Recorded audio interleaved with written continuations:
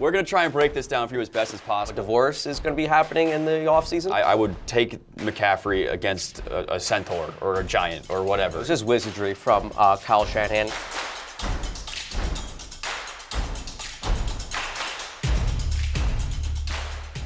Hello, welcome to Football X's and O's, our weekly tactics show giving you the inside analysis on the best NFL matchups every Monday. The playoffs are finally here. We're going to dissect the 49ers' 23-19 upset win over the Eagles in the wildcard round. I'm Ryan Sudo, alongside me is NFL expert David Scott. David, the 49ers took down the defending champs on the road. Brutal loss for the Philly faithful. Yeah, the Eagles are officially grounded after the Super Bowl win last year. They're out of it in the first round. We got a lot to talk about in this matchup. Brutal loss. So, David, what topics do you have for us? All right, we're talking about God's gift. Dallas Goedert had a spectacular game despite the loss. 2 touchdowns. We're talking about his second touchdown of the day. Philly special, a new Philly special. The 49ers broke out some trickery against the Eagles, kind of mimicking that Philly special from their first Super Bowl win. We'll talk about what exactly worked in that play. We're talking about the air and ground. Christian McCaffrey was all over the place in this game, as he does in every game. We're talking about one of his touchdowns. We're also going to talk about his stats overall. We're going to look at some angry birds, a little bit of stuff going on the sidelines between the Eagles, coaches, players. Not everything is paradise in Philadelphia. And then, we meet again. We're going to talk about the second round of the NFC. That playoff picture is officially set. We're through the NFC games. We'll talk about the matchups going on there. All right, let's get right to the plays. 49ers have the lead, 7-6. 6 minutes left in the second quarter. Eagles have the football. 4th and 2 on the opposing 9-yard line, and Hurts finds Goedert for their second touchdown of the game. Yeah, Dallas Goedert has a rushing and a receiving touchdown in this game, and this one is pretty easy for them. They're near the goal. They got a little bit of motion, but it's a very, very simple play. Hurts just gets the ball out quick to Goedert. He just leaks out in this play, kind of has just a little bit of space on the right side of the field to get himself open. And what happens is actually the linebacker who comes down to defend Goedert really overcommits on this play. He sees Goedert leaking out. He sees him getting open. And I think that he thinks the ball is coming earlier than Hurts throws it. So he burns down to try and jump in front of Goedert to get that pick six. Because if the ball's there and he gets it, he's got 90 yards of green grass to go score a touchdown, but he overcommits on that. He thinks the ball's coming, it's not there, so he runs past Goedert, and you can see him slip a little bit once he realizes he's gone a little too hard on this play. Goedert then gets a little bit of inside leverage, the ball gets right to him, he walks into the end zone. Nothing too crazy going on here, man coverage, a little bit of motion. It really is almost a defensive breakdown. It's just way too much commitment from that linebacker. Goedert is always a threat to get open. I think that's why he committed so hard. Ends up biting them for trying so hard on this play. Eagles obviously didn't have much success throughout the game. Offense was pretty poor throughout the game. But for this play, I just like the motion that they used. We don't really see enough motion for the Eagles that they probably should. And this right here was a perfect example of using motion and using Goedert for this play. Yeah, the Eagles run a very simplistic offense. There's not a lot of movement. There's not a lot of motion. There's not a lot of complexity. They really dumb it down. And, franchise legend LaShawn McCoy said recently that he thinks that they're running a very simple offense because of Jalen Hurts. Now, we won't comment on that because the play's not about him. But yeah, not much going on in a lot of Eagles plays. There's not a lot of movement. It's just guys lined up and getting down the field, or guys lined up and running the ball, or tush pushing. There's not a ton of things going on. So yeah, a little motion is a nice mix-up for them. You'd like to see that more. Didn't do it enough in this game. Didn't do it enough throughout the season. They don't win a playoff game this year. They're back in Cancun. Hey, it was so important. I mean, obviously the Eagles lose, one and done. But imagine if Goedert didn't re-sign with his team. I mean, they could have lost him in free agency. I mean, this offense isn't that good, but with Goedert, I mean, this is a much better offense with Goedert on it. Yeah, certainly. You think if there's no Goedert, you're certainly without a couple wins somewhere this season. Don't have those wins, do you win the division? Don't have those wins, do you, are you in third place? Are you picking top 10? Who knows? Because the passing game was already so bad this year. You take away your top tight end option, and then you're really struggling, because then you just got A.J. Brown and Devonta Smith, and we know the two of them did not have their most impressive years. Maybe that's on Jalen Hurts, but again, we won't talk about him too much. But yeah, Goedert is really a difference maker on this team. He's a top 10 tight end in the league. He's really good at what he does. And, he made history in this game. First tight end to have a rushing and receiving touchdown in the playoffs in one playoff game. So he's a special player. You always like to see him out there. And And I'm glad he stayed with this team. Now, I think there's still going to be some more offensive shakeups as the offseason goes on for them, but it was a good performance for him at least. And for Hurts, I mean, when he's on, and I like when Hurts is playing good football, he's out of the pocket and it's quick. I feel like in this play, we saw it. Whereas other plays, Hurts is standing in the pocket. He's not that pocket passer that you expect, So I think for this play, they certainly got it right when it came to, having Hurts out of the pocket, quick throw. Yeah, when he's on, he is on, but he's not on all that often, Yeah. at least not this year. But you're right. Just quick pass, that's all it needed to be. Find your read, get it to him. Don't have to stare around the field for other guys. This was going to Goedert all the way, and it was especially easy to make that read once that guy overcommitted. Let's fast forward to the fourth quarter. The Eagles have the lead 16-10. 49ers have the football 1st and 10 on the opposing 28-yard line. This is a trick play. Purdy is not throwing this pass. It's Jauan Jennings passing touchdown to Christian McCaffrey. Yeah, this is real tricky, but it's a lot of fun. It's the double reverse pass. Let me get that football. We're going to try and break this down for you as best as possible without moving all over the place. What is the double reverse? All right, the first thing that is a reverse. So the first thing that a reverse is that when I snap the ball, if I am Brock Purdy, Ryan will be Sky Moore. So Sky Moore is down here. He's lined up as a wide receiver. He is a wide receiver, but he's lined up in his wide receiver position. They are going to motion him across the field. He's going to motion across. I'm Brock Purdy. I hand him the ball. Let's switch spots here. Hand him the ball. He's across. What happens now? Well, as Sky Moore is coming across the field, I'm now Jauan Jennings, and I'm going to come back across and take this football. There's our double reverse. We've reversed the play twice. Now, as I'm Jauan Jennings, Christian McCaffrey has been doing his thing and running a wheel route down the field, and no one knows what's going on. He's wide open. I can just toss the ball right down the field. He's wide open for a touchdown. Now, I'm going to get rid of this football real quick. This is a lot of fun, and this is really tough on a defense. Now, before we talk about what goes right in this offense, why is this so tough on a defense? Well, you don't quite know where to commit. The ball is reversed for the first time. Do we have to commit to the left side of the field for them doing an end around to the left side of the field? All right, now that ball is reversed again. All right, they're doing a double reverse run. We got to get down, cover Jennings. He's going to go up the field. He's a fast receiver. Jennings loads up to pass. No one is home for McCaffrey. That zone is completely busted because the linebacker, the corner, whoever is here, commits down to the run. He leaves the zone open. The safeties are not available to help. McCaffrey gets the ball over his shoulder, scores the touchdown. So much fun when these come out. You can't break them out all that often because if you do it too much, people are going to catch on to it, but so much fun. They break this out again in the future. All right, we just do a single reverse and we fake the double. All right, we do a double reverse, we don't pass the ball. You can run this again, change some of the permutations, and you still got a great play here. Maybe they'll break this out against the Seahawks next week. Just the creativity was on full display for Kyle Shanahan. This is coming out of the quarter, too. This is the first play in the fourth quarter, and we've seen Jauan Jennings do this. I mean, he threw a passing touchdown to McCaffrey as well in the Super Bowl 2 years ago. So this just goes to show you that the 49ers are capable of using guys that are not Purdy, and Jennings has history of throwing the football. Yeah, Jennings was a 4-star quarterback recruit in college. Right? He was recruited as a quarterback. He gets transitioned into being a wide receiver and turns out to be a great wide receiver, but he's still got a bit of a cannon on his right hand. And interesting stat here, and I'm so sorry for all you Los Angeles Chargers fans, but Jauan Jennings has the same amount of playoff passing touchdowns as Justin Herbert. So that is not something that you want to hear. You don't want that. And also, Jauan Jennings had more 15-yard air completions in this game than Jalen Hurts did. So Jauan Jennings is a budding superstar at quarterback maybe, but no, it's a great weapon. It's almost like a secret weapon to have when Jauan Jennings can do these kinds of things. Because when you have other guys that can run those kind of trick plays or those quarterback passing plays, you think about Jarvis Landry and Odell Beckham when they were on the Browns. They broke this out all the time where Landry would go deep and Beckham would boom it or reverse it and Landry would boom it like that. Sometimes you have those guys that can make those plays. It really opens up the offense in different ways. And we know Kyle Shanahan is so smart with the football and so smart with developing these crazy plays that there's probably more in his brain that is even crazier than a double reverse pass that he's just itching to pull out. Yeah, it was just wizardry from Kyle Shanahan. And to McCaffrey, I mean, I give a lot of credit to McCaffrey for this one. Just over the shoulder. I mean, this wasn't an easy catch, too. It was a good throw, obviously, by Jennings, but even a better catch by McCaffrey. Yeah, McCaffrey, we know he is as prominent in the passing game as he is in the rushing game. He can catch the football anywhere. He can make a contested catch, make a one-handed catch, diving catch, over-the-shoulder catch, whatever you need him to do. Here it's the over-the-shoulder catch.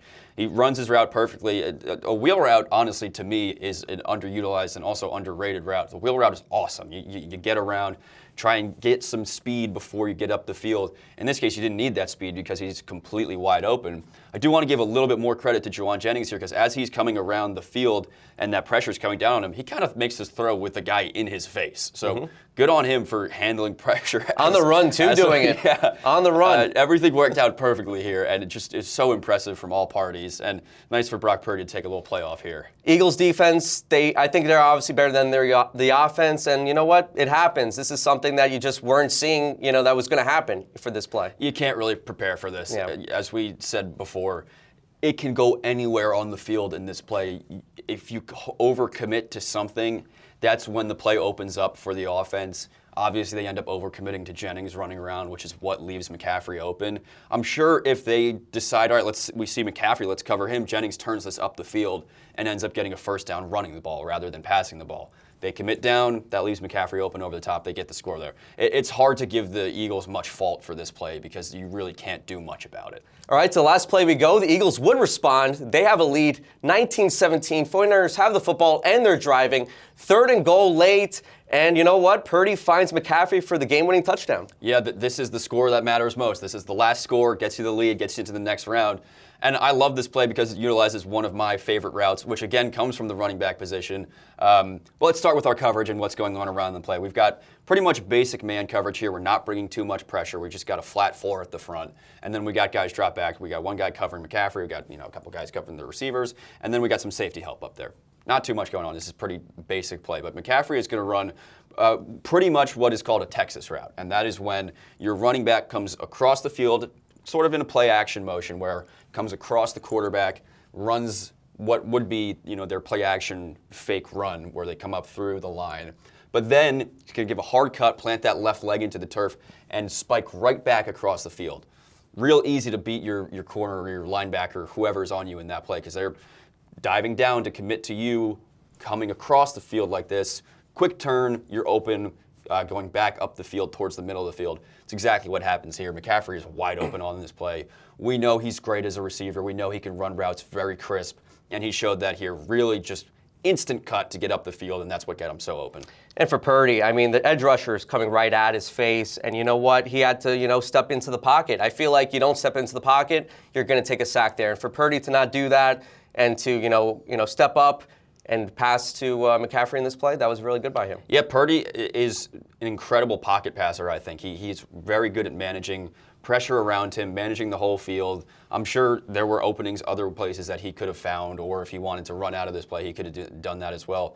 As the year has gone on, as we got into the playoffs, I've grown more and more confident in Brock Purdy's abilities. You know me. You were a hater. You know I have not always been his biggest defender, but he's been very good this year when he's been healthy, and he put on a good showing in this game. Despite, 2 pretty ugly interceptions, he still showed up when it mattered most, and this is that moment where it really matters. Hey, for him to have a better passer rating than Hurts, despite having 2 interceptions, that says a lot. But going back to McCaffrey, I think, that cut was just so good in this play. And the Eagles' defense, they're one of the best in the league. And for him to do that against a linebacker, that was really good by him. Yeah, he could do this against anyone. You could put him up against, literally anyone. I would take McCaffrey against a centaur or a giant or whatever. He's going to get open. So, put him on Patrick Surtain. Put him on, Jalen Carter coming up one-on-one on him. He's going to find his way open, or he's going to have the ball in his hands and run around you if it's a running play. He's spectacular, and it showed in his stats for the game. And going back to Kyle Shanahan, they could have easily said, you know what, we'll just take the field goal. We'll be up by just 1 point. No, they want the touchdown, and that's what they did in this play. Yeah, you could have taken the field goal, and that would have given the Eagles a better opportunity to win this game, because the Eagles marched down the field, and they got into near red zone territory after the 49ers scored this touchdown. If they went for the field goal, the Eagles just kick a field goal and win the game. Yeah. They were in a position where they had to score a touchdown. They were unable to do so. So this is an exceptionally important time for the 49ers. You don't want to make it easy on your opponent to win the game. They made it difficult. They got the 4-point lead, so they needed the touchdown, and that was game. All right, let's get to the Philadelphia Eagles. And, man, what a one-and-done, just brutal performance by them. Let's start with A.J. Brown. He was very inconsistent in this game, dropping passes. The effort kind of wasn't there here and there. And Sirianni, them going back and forth. But let's go to A.J. Brown and his performance. What did you see? I feel like this kind of summed up the season for A.J. Brown. Just disappointing, low effort, angry. It was bad all around. He was not running his routes well. He was not getting open. And when he was getting open, he was dropping the football. There were some key plays where he had huge drops. And there was a lot of frustration all over the field. We saw Nick Sirianni was upset with him on a certain play where he wasn't, showing that effort to get off the field when they needed him off the field. And they kind of, butted heads, and Big Dom had to come get him out of the way. So, yeah, it's been a bad year. There really has been a bad year for A.J. Brown. We know the kind of receiver that he can be. He's a former All-Pro, and this year just really fell apart. And a performance like this could spell the end of his tenure in Philly. Yeah, I mean, just a year ago, he was one of the reasons why they won a Super Bowl. For them to just stoop this low, for him to stoop this low, it's very crazy to see. And then I think also, they just haven't been utilizing Brown's talents at the same time. I get it, he hasn't been good effort-wise, and the catches haven't been there too. But just throughout the season, I feel like they weren't even targeting him at times when he's one of the best players on the team. Yeah, Kevin Patullo's offense certainly has not favored the passing and receiving game. But at the same time, the running game has not been the same either. Saquon Barkley had almost 1,000 yards less than he had last year. So the offense as a whole was not clicking. We saw that the whole year. It was especially apparent in the second half of this game where the Eagles really just could not find their way to do anything until that last drive. And still they came up short on that last drive. A.J. Brown, Devonta Smith, Dallas Goedert, they all were going for lows this year. They all were not great. Devonta Smith had a pretty solid game. He caught 8 passes in this game, but Brown was not good here. He was not good in the last couple of weeks. He was not good over the whole season. And, whether a coordinator change could help him get back to his old form or he needs a change of scenery, it's going to be one of those things this offseason. Yeah, I'm pretty sure that the Eagles are going to fire their offense coordinator, Kevin Patullo. But with Sirianni and Brown, them butting heads, do you think that, a divorce is going to be happening in the offseason? Yeah, I could see it. I think, if they want to start fresh, maybe draft a rookie receiver and move Brown for some draft capital, that could certainly happen. Their locker room, I think, needs a refresh. I think there's a lot of bad attitudes in there. I think, honestly, it starts with Nick Sirianni. I don't think he's installed a very good culture for the Philadelphia Eagles. I know they won the Super Bowl last year, and they were very good when they won the Super Bowl. But I don't know what the attitude is that has gotten so sour there, but it seems no one is on the same page. The quarterback and the offensive playmakers don't like each other. The offensive playmakers and the coach don't like each other. The defense is doing everything they can, but they can't win games when the offense is not clicking. So I think Brown will probably move. I think you give Sirianni another year, and then you maybe move on from him, because outside of getting angry all the time, I don't quite know what he does for this football team. So yeah, a big old mess right now. I'm sure they got a lot of conversations to have in the offseason, but this is going to leave a sour taste in a lot of Eagles fans' mouths. I totally agree. They lose Kellen Moore, who was the play caller. He was a big reason why they won a Super Bowl this year. And every other year when they lose in the playoffs, they're looking for answers, and Sirianni's not the guy. Patullo is not the guy. So it's definitely, I think, it helps that he has the Super Bowl from last year, but if they don't make it anywhere in the playoffs next year, Sirianni could be toast. Exactly, yeah. Okay, let's get to the last topic, and it's the 49ers. They, of course, have advanced, and they will play the Seattle Seahawks in the upcoming round. This is going to be a really good game, division game. They played each other a couple weeks ago. 49ers got the win, and this is going to be a revenge game for San Francisco. Yeah, this is going to be a very fun game. I think the NFC is going to produce some really good football in the second round. Produced great football in the first round, so we'll hope that carries over. But yeah, the number 1 seed Seahawks are now going to host the 49ers. This is going to be a great game. They've played twice already this year. This is going to be their third matchup.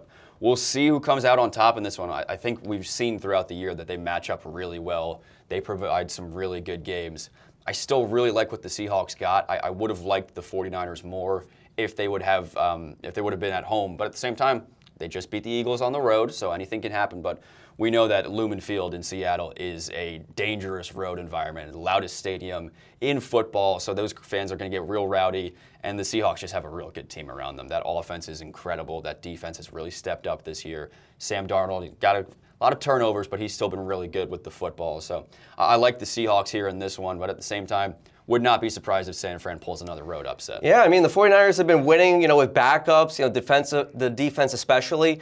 But to have George Kittle not be in this game, I mean, he's suffered obviously that terrible injury. So for him to not be in this game, it's going to be pretty bad for San Francisco. Yeah, that Achilles tear was really rough, and it not only compromises his playoff run, but now probably most of next season as well. So that really hurts. But Jake Tonjes, when Kittle was down this year, proved that he can be competent in that tight end position. So we'll see how he steps up in that game.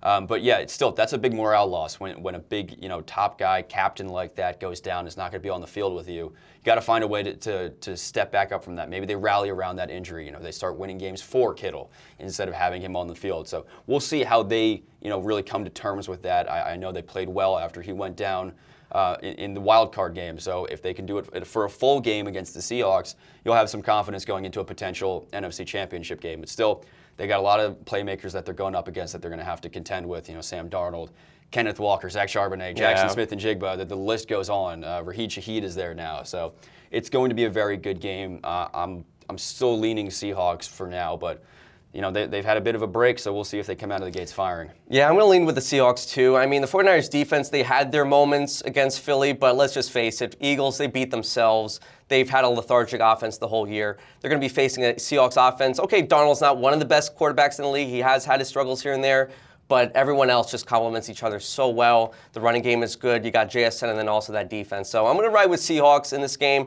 They got the home field advantage. San Fran, I just think I'm a little bit worried about that defense against Seattle. Yeah, well, the winner of that game is going to go up against the winner of the Los Angeles Rams and Chicago Bears game.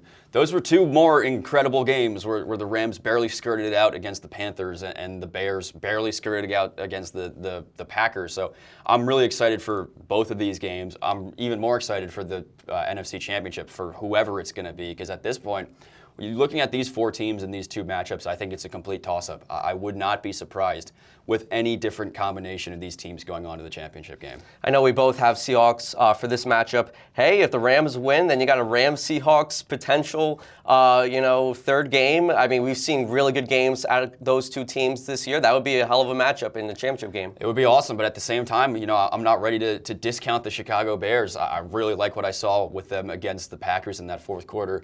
If you can get fourth quarter Bears for all four quarters, then you might have something scary. You're cooking. You might have something scary. And the Rams, listen, they barely beat the 8-9 Panthers. So let's pump our brakes a little bit. At the same time, the Panthers did give them problems in the regular season. So maybe they're just Matt Stafford's kryptonite. I don't know. But again, yeah, whether it's Rams, Seahawks, Rams, Niners, Bears, Seahawks, I think we're going to get a really exciting game in the next round regardless. But let's watch these two first. I'm going to stick with my Super Bowl pick, Rams. I think you had them as well. So I have them as well, yes. Yeah, but hey, I think we got a good set of matchups next weekend. All right, that's going to wrap things up here at Football X's and O's Playoff Edition. You can catch us every Monday. We also have Ain't Our Bowl every Thursday. Please like and subscribe and let us know in the comments if you think the 49ers or the Seahawks are going to win this matchup.